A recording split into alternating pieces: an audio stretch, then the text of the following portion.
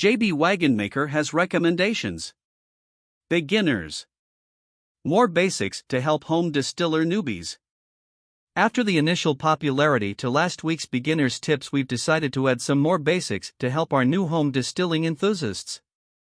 We're continuing our fermentation questions and answers, hopefully to allow our newcomers to gain a better basic understanding of what's happening when they get running more on fermentation. Why did my yeast stop working before all the sugar was used?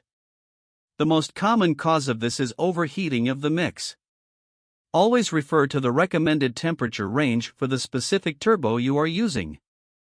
During fermentation, a lot of energy is released, which results in an increase of temperature, sometimes by as much as 80°C. For this reason, do not cover the fermenter nor use heating of any sort for the first 24 hours unless you are in an extremely cold area. If you do believe you need to do this, then monitor the temperature regularly.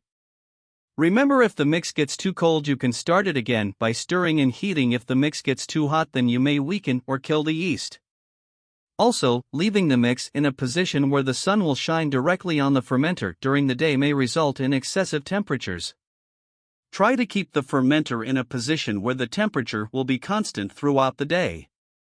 Most damage to yeast occurs in the first 24 hours of fermentation but does not show up until the end of fermentation, when a higher specific gravity is noticed.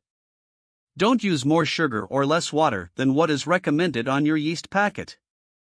The correct ratio of sugar, nutrients, yeast, and water must be maintained. High temperatures coupled with higher concentrations of sugar will result in stuck fermentations, as you have two adverse conditions working together.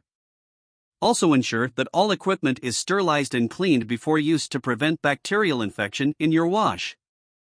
Restricting access to other organisms by sanitizing all your equipment is vital, and you must keep your mix sealed in an airtight container with an airlock.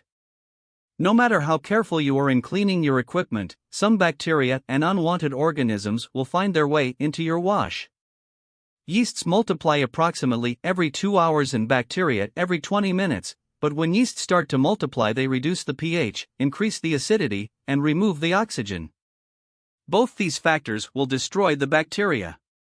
For that reason, it is essential for good fermentation to keep everything sanitized and sealed with an airlock, and to get the yeast added as soon as possible. If I add more sugar to my wash, will I get more alcohol?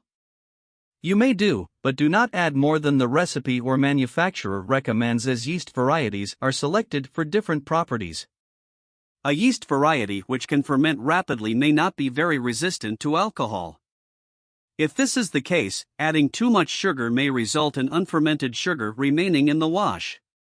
This may cause the wash to froth during distilling, and it will significantly lower the quality of your final product. Is the fermentation temperature important? Yes, it is very important to stick to the recommended temperature range for each turbo that you use.